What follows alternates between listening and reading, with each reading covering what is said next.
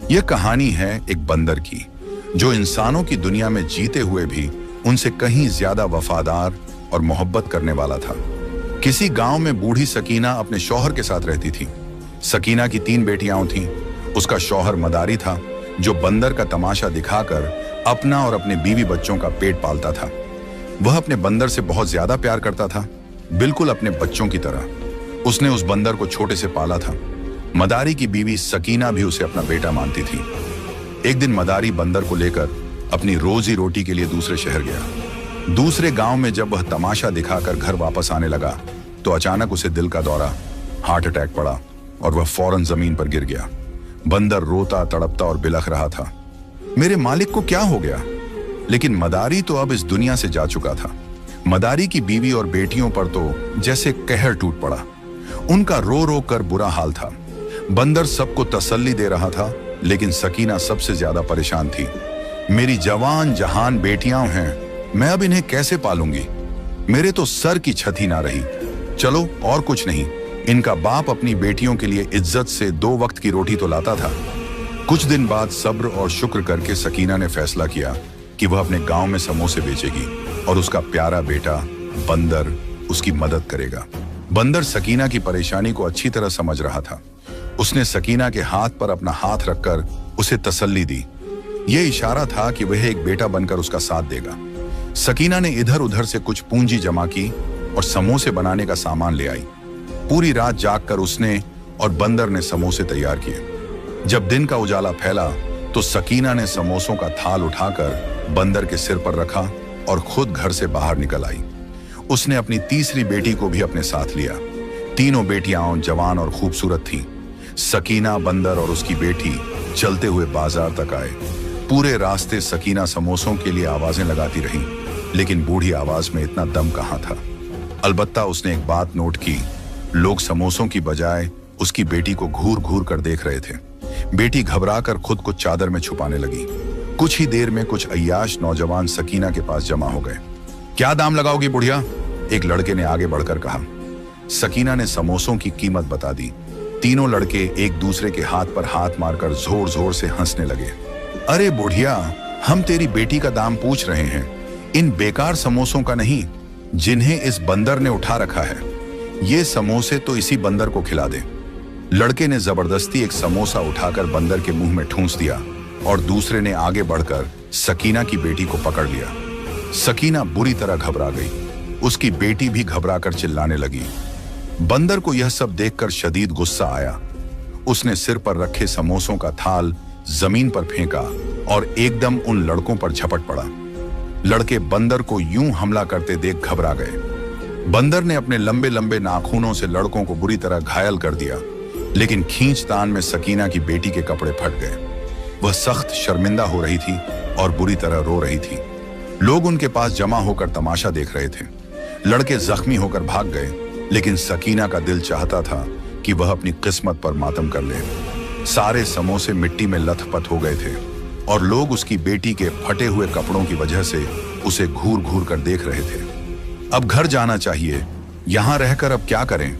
सकीना ने दुखी दिल से सोचा और पलटने लगी, लेकिन उसकी किस्मत बुरी थी। अचानक उसका पांव लड़खड़ाया और वह पीछे की जानिब एक बड़े से गड्ढे में गिर गई। सकीना के हलक से एक कराहती चीख निकली। वह बूढ़ी थी, हड्डियां पहले ही नाजुक थीं। गिरने से उसकी टांग की हड्डी चटक गई। बंदर यह सब देखकर बुरी तरह बेचैन हो गया। वह लपक कर कभी गड्ढे में नीचे जाता और सकीना को उठाने की कोशिश करता, तो कभी बाहर आकर लोगों को इशारे से मदद के लिए बुलाता। उसकी आंखों से आंसू बह रहे थे। ऐसा लगता था जैसे वह सचमुच सकीना का सगा बेटा हो, लेकिन कोई भी सकीना की मदद के लिए आगे नहीं बढ़ा। लोग तो बस उसकी बेटी पर निगाहें जमाए खड़े थे। आखिर थक हार कर बंदर खुद ही गड्ढे में उतरा और सकीना को पकड़कर खींच खांच कर बाहर निकाला। सकीना की टांग बुरी तरह जख्मी हो चुकी थी। वह पांव जमीन पर रखती तो कराह उठती। उसी मजमे में एक दरमियानी उम्र का आदमी खड़ा था। वह बड़ी गहरी नजरों से यह सारा माजरा देख रहा था। वह अचानक आगे बढ़ा और बोला, रुक जाओ ए बंदर, तुम इस औरत को लेकर कहां जाओगे? बंदर, जो सकीना को उठाने की कोशिश में हलकान हुआ जा रहा था, हांफने लगा। उसने इशारे से उस आदमी को बताया कि उनका घर कुछ ही दूरी पर है। आदमी ने बंदर को मशवरा दिया, यहाँ पास ही मेरा ठेला खड़ा है जिस पर मैं सब्जियां लाद कर पूरे गांव में बेचता हूँ। तुम इस पर अपनी माँ को यहाँ से ले जाओ। उस आदमी ने बंदर की मदद की। सकीना को ठेले पर चढ़ाया और उनके घर की जानिब चल पड़ा। सकीना की बेटी भी खुद को छुपाने की कोशिश करते हुए घर तक पहुंची। आदमी तो सकीना को घर छोड़कर चला गया, मगर उसकी तीनों बेटियां उसके इर्द गिर्द इकट्ठी होकर फूट फूट कर रोने लगीं। सकीना की आंखों में आंसू थे। बंदर से उसकी परेशानी और बेचैनी देखी नहीं गई। वह अचानक लपक कर घर से बाहर निकला और पास के डॉक्टर को हाथ पकड़कर घसीटते हुए घर ले आया। डॉक्टर ने घर आते ही सकीना की टांग का मुआयना किया और मायूसी से बोला, सकीना की टांग की हड्डी टूट गई है। मुझे यकीन है कि बड़े डॉक्टर को फीस देने के लिए आपके पास पैसे नहीं होंगे। मैं अपने साधनों से इनका इलाज करा देता हूं, लेकिन अब ये 3 महीने तक चलने फिरने के लायक नहीं रहेंगी। डॉक्टर की बात सुनकर सभी के चेहरे उतर गए। कमाने का एकमात्र जरिया तो अब सकीना ही थी। अगर वही चारपाई पर पड़ जाती तो कमाता कौन? लेकिन उसका इलाज भी जरूरी था। बंदर ने डॉक्टर के हाथ पर अपना हाथ रखकर सर हिलाया। डॉक्टर ने अपनी गाड़ी मंगवाई और सकीना को अस्पताल ले गया। वह डॉक्टर नेक दिल आदमी था और सकीना के शौहर का पुराना वाकिफ था। उसने अपनी जेब से ही सकीना की मरहम पट्टी करवा दी। सकीना प्लास्टर चढ़वाकर वापस आई तो चारपाई की होकर रह गई। घर में बैठी जवान बेटियों का बोझ और दिन रात के फांकों ने उसकी सेहत तेजी से गिरानी शुरू कर दी। बंदर यह सब खामोशी से देखता रहा, मगर कुछ न कर सका। आखिर एक दिन उसके सब्र का पैमाना लबरेज हो गया। जो समोसे अम्मा सकीना ने बनाकर बेचने थे, अब वह मैं बेचूंगा। बंदर ने दिल ही दिल में अहद किया और लपक कर किचन में जा पहुंचा। समोसे बनाने का सामान पड़ा हुआ था। किस्मत अच्छी थी, लिहाजा उसने जल्दी जल्दी समोसे बनाना शुरू कर दिए। तमाम रात जागकर वह समोसे बनाता रहा। सुबह के करीब जब उसके समोसे तैयार हुए तो वह जल्दी से उनका थाल सजाकर घर से बाहर निकल गया। घर से बाहर निकलने से पहले उसने इशारे से सकीना की तीनों बेटियों को मना किया कि बिला जरूरत घर से बाहर ना निकलना। थाल उठाकर जब वह गली में निकला तो बच्चे उसे देखकर जोर जोर से हंसने लगे। अरे वो देखो, बंदर आज एक नया तमाशा दिखा रहा है, आओ इसकी दुम खींचते हैं। बच्चों ने एक दूसरे से कहा। बंदर घबरा गया। बच्चों ने उसे चारों तरफ से घेर लिया। वह एक तरफ हटता तो दूसरा बच्चा उसकी दुम पकड़ने की कोशिश करता। खुद को बचाता तो समोसे गिरने लगते। वह परेशान हो गया। आखिर उसने समोसों का थाल जमीन पर रखा और जोर से दौड़ लगाकर बच्चों को डराने लगा। बच्चे घबराकर दूर भाग गए। बंदर इतनी सी कोशिश में हांफ गया था। उसने समोसों का थाल फिर से उठाया और गली गली फिरता हुआ आवाजें देने लगा। लोग उसकी आवाज सुनते तो मुड़कर दिलचस्पी से उसे देखने लगते।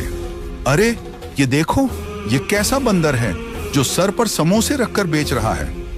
लोग रुक रुक कर तमाशा देखने लगते, मगर कोई समोसे खरीदने पर तैयार न था। एक बच्ची ने समोसे देखकर अपने बाप से जिद की, अब्बू मुझे यह वाला समोसा खाना है जो यह बंदर बेच रहा है। बच्ची ने कहा तो बंदर ने झट से थाल में से समोसा उठाकर बच्चे की तरफ बढ़ा दिया, लेकिन वो आदमी उछलकर 2 कदम पीछे हट गया। हाय, किस कदर गंदा बंदर है, हटाओ, पीछे करो अपना ये समोसा। ना जाने कैसे गंदे हाथों से बनाकर लाया है, मुझे घिन आ रही है। भला जानवरों के हाथों से बनी चीज कौन खाएगा? आदमी ने बंदर को हिकारत से देखा और उसे दूर भगा दिया।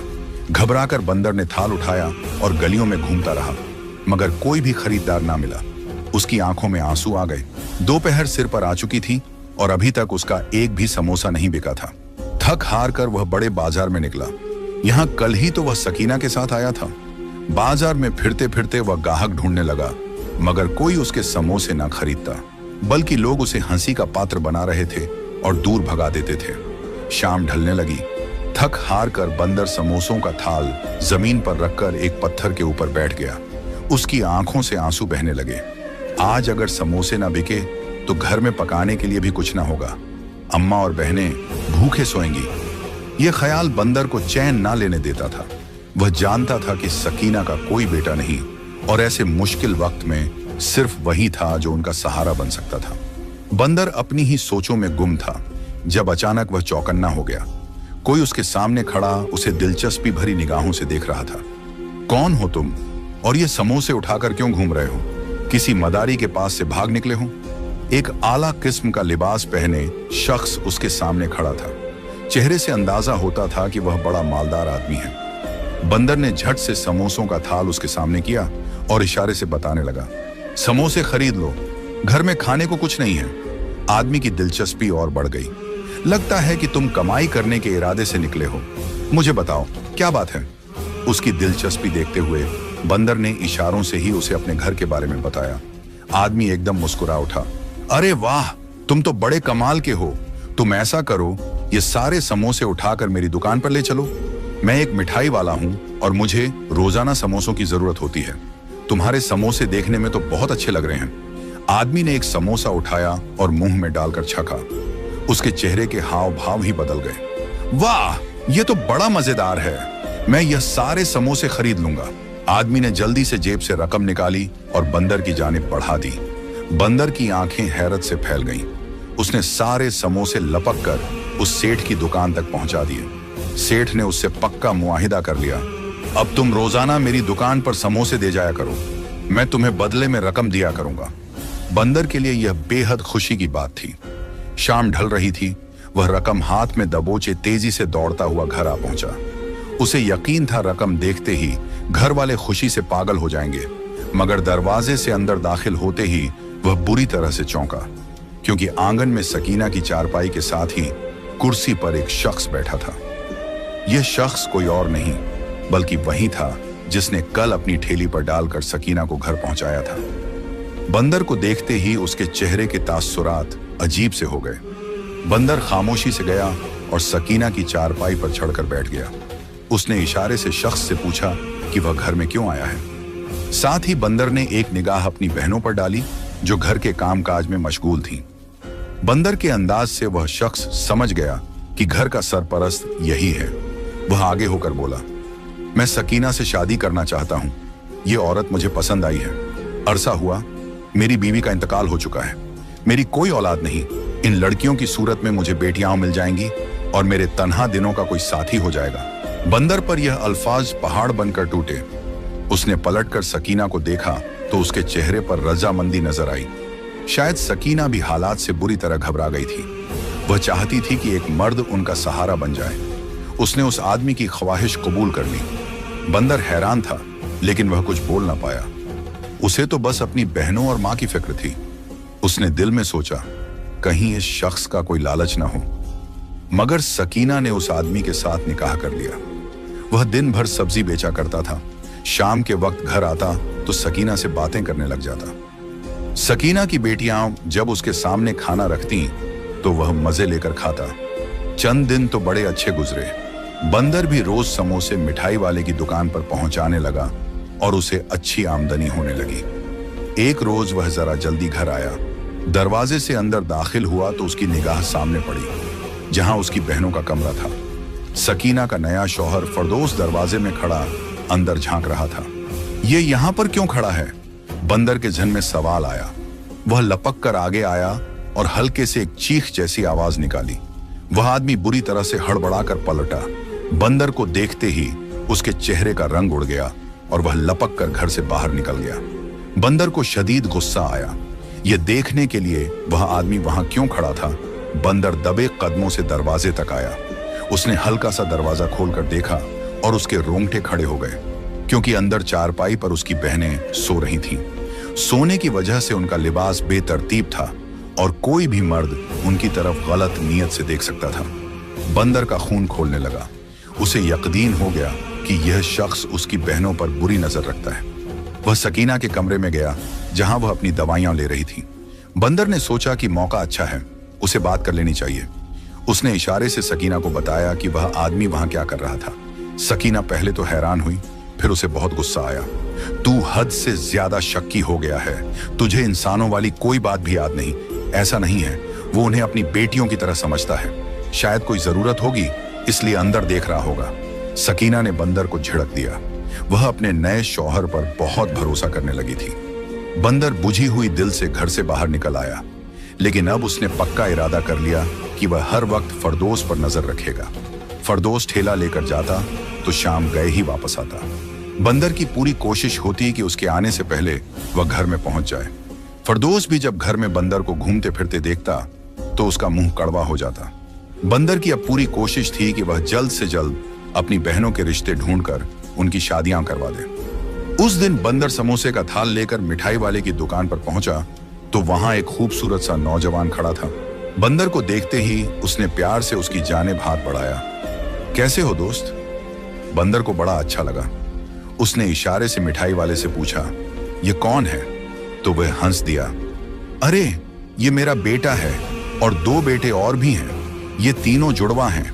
आजकल मैं इनकी शादी करवाने के लिए लड़कियां ढूंढ रहा हूं। सेठ की बात सुनकर बंदर खिल उठा, यह तो बड़ी अच्छी बात है।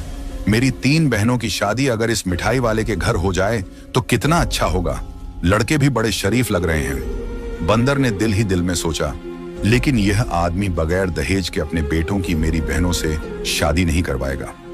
बंदर के चेहरे पर परेशानी फैल गई। समोसे बेचकर वह रकम तो कमा लेता था, लेकिन उन पैसों से घर का खर्च ही बड़ी मुश्किल से पूरा होता। वह तमाम दिन सोच और परेशानी में गुजारता रहा। वह बहनों को ज्यादा दिन घर में नहीं रख सकता था। उनकी इज्जत और जान दोनों ही खतरे में थी। सोचते सोचते वह बढ़ई के पास जा पहुंचा, जो घर का साजो सामान बनाने का काम करता था। बंदर को अपनी दुकान में देखकर वह जोर से हंसा, लेकिन बंदर ने इशारे से उससे पूछा, एक दहेज का सामान बनाने के लिए उसे क्या क्या चाहिए? बढ़ई ने बड़े आराम से बता दिया, सारी लकड़ियां मेरी होंगी तो बड़ा महंगा बनेगा। हाँ, अगर तू लकड़ियां ले आए तो मैं तुझे मुफ्त में सामान बना दूंगा। बढ़ई ने तो मजे से कह दिया, लेकिन बंदर का दिमाग रोशन हो गया। अगले दिन समोसे मिठाई वाले की दुकान पर पहुंचाते ही वह लपक कर करीब के जंगल में जा पहुंचा। वहां ऊंचे ऊंचे दरख्तों के तने थे। बंदर घर से साग काटने वाली दरांती लेकर गया। उसने एक एक करके दरख्तों को गिराने का काम शुरू कर दिया। काम मशक्कत भरा था, लेकिन बंदर दरख्त गिराता और उनकी लकड़ियां काटने लगता। दहेज के साजो सामान की फिक्र हटी तो बंदर को एक और फिक्र हुई। शादी के रोज यकीनन बहुत से मेहमानों को खाना भी खिलाना होगा। उनके घर में तो दाल रोटी बड़ी मुश्किल से पूरी होती थी। बंदर सर पकड़े बाजार में बैठा था जब एक आदमी ने उसे गले से पकड़ लिया। यह बंदर बड़ा फुर्तीला लग रहा है, चल मेरे साथ नाच दिखा, मैं तुझे पैसे दूंगा। उस आदमी ने कहा, मैं एक मदारी हूं, बिल्कुल बंदर के पहले मालिक की तरह। बंदर ने उस आदमी की तरफ अपना हाथ बढ़ाया और इशारे से पूछा, वह कितने पैसे देगा? मदारी ने उसे रोज मिलने वाली रकम का आधा हिस्सा बताया। बंदर खुश हो गया। उस रकम को मैं जमा करके बहनों की शादी के दिन खाना पकवा लूंगा। वह समोसे सेठ की दुकान पर पहुंचाते ही उस मदारी के साथ निकल पड़ता। वह उसे गलियों गलियों मोहल्ले मोहल्ले में नचाता रहता। नाचते नाचते बंदर थकने लगता। उसके पैरों तले से खून रिसने लगता, लेकिन रकम की लालच में वह पूरे गांव का एक चक्कर लगा लेता। उसी मदारी के साथ नाचते हुए उसे पता चला कि उसका बेटा शादी ब्याह के खाने पकाता है। बंदर खुशी से उछल पड़ा। उसने उस आदमी के साथ मुआहिदा किया, जब मैं अपनी बहनों की शादी करूंगा तो यह आदमी मेरी बहनों की शादी का खाना मुफ्त में पकाएगा। यूं बदले में वह रोजाना की रकम उससे नहीं लेगा। मदारी को भला क्या एतराज हो सकता था? वह मुफ्त में बंदर को नचाने लगा। बंदर पूरे गांव का चक्कर लगाकर सीधा जंगल जा पहुंचता। एक एक करके लकड़ियां काटता और जब शाम ढलने लगती तो पूरा दिन गुजर जाता। फिरदौस के घर आने का वक्त होता तो बंदर जल्दी से काम अधूरा छोड़कर घर वापस आ जाता। फिरदौस को उसकी मौजूदगी में मौका नहीं मिल रहा था। वह दिन ब दिन तिलमिलाया हुआ रहने लगा, जबकि दूसरी जानिब बंदर दिन रात इसी कोशिश में था कि जल्द से जल्द लकड़ी कट जाए तो वह बहनों का दहेज बना ले और फिर उनकी शादी की बात करे।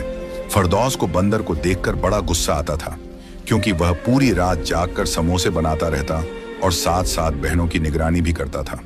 सुबह फिरदौस जब घर से चला जाता तब बंदर समोसों का थाल लेकर बाजार की जानिब निकलता। उस वक्त सकीना जाग जाया करती थी। फिरदौस को मौका नहीं मिल रहा था कि वह सकीना की बेटियों पर हाथ डाल सके। बंदर रोजाना थाल पहुंचाने के बाद खुद जंगल पहुंच जाता। रफ्ता रफ्ता उसने इतनी लकड़ियां काट ली थीं कि तीनों बहनों का दहेज आसानी से बन सकता था।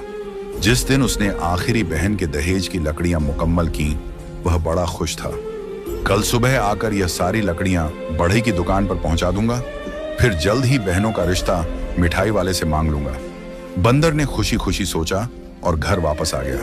उसी दिन फिरदौस बड़ी देर तक अपनी चारपाई पर बैठा बंदर को घूरता रहा। बंदर भी सुबह के लिए समोसे बनाता रहा। दोनों रात भर जागते रहे। सुबह सकीना को डॉक्टर के पास लेकर जाना था। बड़ी दोनों बहनों ने छोटी से कहा, तू होशियार है, बाहर के रास्तों का भी खूब पता है। माँ को तू ले जा, हम घरदारी का काम कर लेंगे। छोटी बेटी मान गई। बंदर को उस रोज बढ़ई के पास जाना जरूरी था। ध्यान से जाना, मुझे काम ना होता तो मैं जरूर जाता। बंदर ने अपनी छोटी बहन के सर पर हाथ रखकर इशारा किया और खुद थाल उठाकर लपक कर बाहर निकल गया। मिठाई वाले को थाल देते ही वह जंगल की जानिब दौड़ा, लेकिन जंगल में दूर से ही धुएं के गहरे गहरे बादल उमड़ रहे थे। लोग दौड़ते हुए जंगल से दूर आ रहे थे। बंदर बुरी तरह से घबरा गया। यह सब क्या हो गया? वहां तो मेरी लकड़ियां पड़ी थीं। बंदर घबरा कर दौड़ते हुए जंगल की जानिब जाने लगा। अरे वह देखो, बंदर जंगल में जा रहा है, रोको उसे, वहां तो आग लगी हुई है। लोग चिल्ला चिल्ला कर उसे पुकारने लगे, लेकिन बंदर अंधाधुंध जंगल में जा घुसा। वहां पहुंचते ही उसकी आंखें हैरत से फैल गईं। पूरे जंगल में जगह जगह आग लगी हुई थी। धुएं के गहरे बादल उठ रहे थे। जहां उसने सूखी लकड़ियां काटकर ढेर की सूरत में जमा की थी, वहां सबसे ज्यादा आग लगी थी। शायद मौसम की गर्मी से जंगल में आग भड़क उठी थी। बंदर हड़बड़ा गया। उसके लबों से चीख निकल गई। यह तो मेरी बहनों का जहेज है। वह लपक कर आगे बढ़ा और आग में कूदकर लकड़ी उठाने की कोशिश करने लगा, मगर लकड़ियां जल चुकी थी। आग बुझाने वाले लोग जंगल में दाखिल हुए तो बंदर को देखकर चौंक गए। अरे उसे रोको, बंदर को पकड़ो, बेचारा मर जाएगा, शायद उसका घर यहां है। लोग चीखने लगे। किसी ने आगे बढ़कर उसे पकड़ा। वह बुरी तरह से रोते हुए लकड़ियां बचाने की कोशिश कर रहा था। उसकी खाल जगह जगह से जल गई थी। बंदर रो रहा था, चिल्ला रहा था, मुझे छोड़ दो, मेरी बहनों का जहेज जल गया है, अब उनकी शादी कैसे होगी? लोग उसकी जुबान समझ नहीं पा रहे थे। उन्होंने उसे उठाकर जंगल के बाहर फेंक दिया। बंदर फूट फूट कर रोता हुआ घर वापस आ गया। घर के दरवाजे से दाखिल हुआ ही था कि अचानक एक जोरदार चीख सुनाई दी। बंदर घबराकर सामने देखता है तो फर्द उसकी बड़ी बहन को दबोचकर कमरे के अंदर ले जा रहा था, जबकि दूसरी बहन फर्द को रोकने की कोशिश कर रही थी। आज तो तेरा वह मनहूस बंदर भी घर नहीं है और बूढ़ी सकीना भी बाहर गई है। आज तो तुझे छोड़ूंगा नहीं। फर्द किसी बदमस्त हाथी की तरह उसे घसीट रहा था। बंदर की आंखों में खून उतर आया। उसके हाथ में लकड़ी काटने वाली दरांती थी, जिसे लेकर वह जंगल जाता था। उसने आव देखा न ताव दरांती फर्द की तरफ उछाल दी। बंदर के हाथ में ताकत थी। दरांती सीधा फर्द के सिर में जा लगी। खून का फव्वारा छूट पड़ा और वह वहीं सिर पकड़कर जमीन पर बैठ गया। बंदर की बहन जो पीछे खड़ी थी, उसने भी मौका गनीमत जाना और चूल्हे में पड़ी हुई लकड़ी उठाकर फर्द के सिर पर जोरदार वार किया। फर्द तड़प उठा, लेकिन उसने देख लिया कि यहां उसकी दाल गलने वाली नहीं है। सिर पर हाथ रखे वह बिलबिलाता हुआ बाहर भाग गया। दोनों बहनें रोती हुई आकर बंदर से लिपट गईं। अगर आज आप ना होते तो न जाने क्या हो जाता। वे फूट फूट कर रो रही थीं। बंदर उनके सिर पर हाथ फेरते हुए उन्हें तसल्ली दे रहा था, मगर खुद उसका दिल भी टूटा हुआ था। कुछ देर बाद सकीना और छोटी बहन आ गईं। उन्होंने जब घर का मंजर देखा तो हैरान रह गईं। बेटियों ने रोते हुए सकीना को सारी बात बताई। वह बूढ़ी औरत भी फूट फूट कर रोने लगी। हाय मेरे नसीब, कैसा आदमी घर में घुसा लिया, अब क्या होगा? सभी शदीद परेशान थे। तभी दरवाजे पर दस्तक हुई। दरवाजा खुला तो देखा मिठाई वाला था। उसके साथ 3 जवान लड़के भी थे। वे सब बड़े खुश लग रहे थे और यूं लग रहा था जैसे कोई खास बात करने आए हों। मगर घर के अफराद को इस तरह परेशान देखकर वे सब खामोश हो गए। बंदर लपक कर आगे बढ़ा। ये क्या हालत बना ली है तुमने? तुम्हें ये चोटें कैसे लगी? सेठ ने हैरत से पूछा तो बंदर की आंखों में आंसू आ गए। उसने इशारों से सारी दास्तान सुना दी। कैसे जंगल में बहनों के जहेज की लकड़ियां इकट्ठी की, कैसे वे जल गईं। सेठ की आंखों में भी आंसू आ गए। उसके साथ खड़े उसके लड़के भी हैरत से बंदर को देखने लगे। तुम्हें यह सब करने की क्या जरूरत थी? मैं तो अपने तीनों बेटों के लिए आज तुम्हारी बहनों का रिश्ता मांगने ही आया था। बंदर के कानों में जैसे शहद घुल गया। सेठ आगे बोला, मैं बहुत अमीर आदमी हूं, मुझे जहेज की कोई जरूरत नहीं।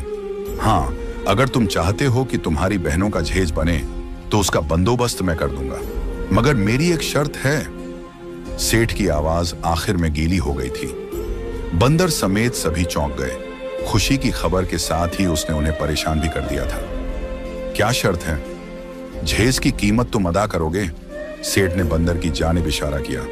बंदर ने झट से सिर झुका लिया, जैसे कह रहा हो, मैं अपनी बहनों और बूढ़ी माँ के लिए हर लम्हा हाजिर हूं। सेठ के बेटे बड़े खूबसूरत और नेक थे। सकीना उनकी सादगी और अच्छाई देखकर अपनी बेटियों का रिश्ता पक्का करके बेहद खुश थी। मगर बंदर परेशान था।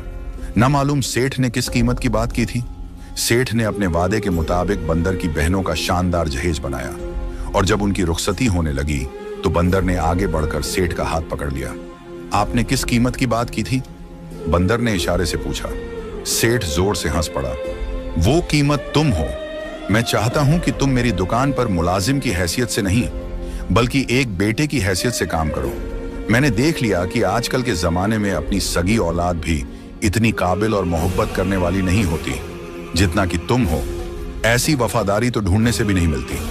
आज से तुम मेरे बेटे हो। सेठ ने बंदर के सर पर हाथ रखा तो बंदर की आंखों में आंसू भर आए। ऐसी कीमत तो मैं खुशी खुशी चुकाने को तैयार हूं। बंदर की तीनों बहनें अपने घरों में सुखी और खुशहाल थीं। वे अपनी मां को भी अपने साथ ले गई थीं, और बंदर, वह किसी बेटे की तरह सेठ की दुकान पर काम करता रहा। उसने अपने नए घराने के साथ पूरी तरह वफादारी निभा दी थी।